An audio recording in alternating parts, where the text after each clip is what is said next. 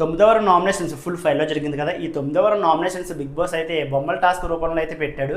And ఈ నామినేషన్స్లో ఒకరితో ఒకరికైతే చాలా గొడవలు అయితే జరిగినాయి. అండ్ ఈ నామినేషన్స్ ఫుల్ ఫైల్లో జరిగింది. ఈ 9వ వారం నామినేషన్స్లో ఉన్నవారు ఓటింగ్లో ఎవరెవరు ఏ పొజిషన్లో ఉన్నారు అండ్ ఈ వారం ఎవరు ఎలిమినేట్ అవుతారు అనేది మనం ఈ వీడియోలో మాట్లాడుకుందాం.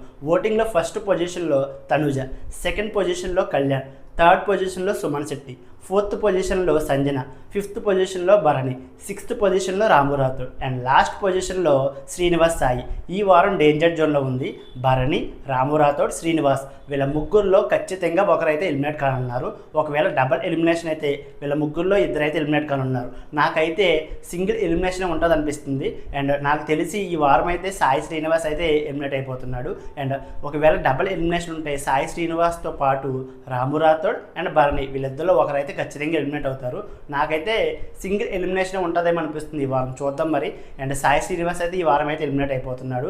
సాయి శ్రీనివాస్ ఎలిమినేట్ అవడం మీద మీకేమనిపించిందో వీడియోని లైక్ చేసి మీ అభిప్రాయాన్ని కామెంట్ చేయండి.